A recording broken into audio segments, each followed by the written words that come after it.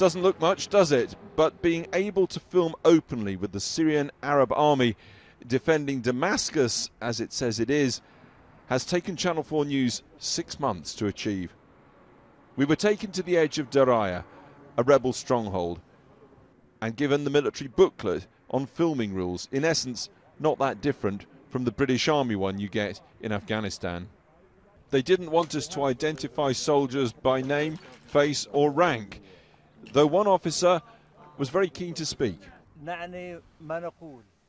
These people we are fighting are Salafis, jihadists who want sectarian warfare and to kill indiscriminately. Europe's civilized. We know and respect that. But this is part of a global movement, and someday it will be in Europe too. The Syrians say it's just like the British in Afghanistan. We're fighting a war against a global jihad. Many officers seem genuinely surprised Europe isn't joining them in their struggle, rather than opposing. The Syrian government claims this is a battle about terrorism, as it puts it, and says that is a battle which is affecting not just Syria, but all of Europe and beyond.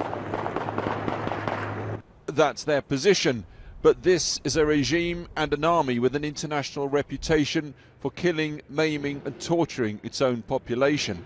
Hence the uprising. How do they answer that? History is the judge.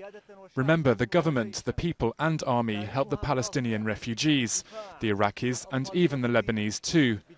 History will judge us. What we are fighting now are people who kill women and children, who throw people off rooftops.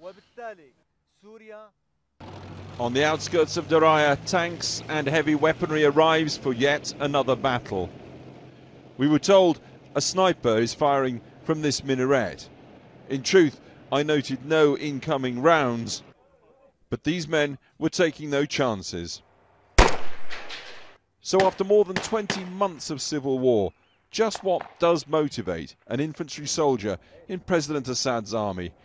It's not often you get the chance to ask. The Syrian Arab army will win, and our strength will never be overcome, because we are fighting for the right side.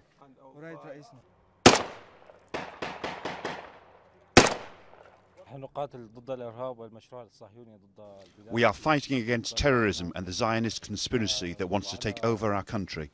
We are fighting for security and stability in our land over terrorism. As the fighting built up in Daraya, incredibly, a family here who've simply refused to move. The man owns a nursery and he showed us the neighbouring houses. All had been trashed. We spoke to him out of hearing of the soldiers, deliberately, and he said the rebels wrecked these places to force people out. This is my house, my village. If I go, where would I go? I'm worried about my house. One determined family and determined daughter, 12-year-old Hala. Wasn't she scared of the bombing?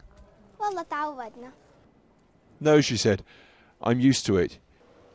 You don't know whether that's heartening or depressing.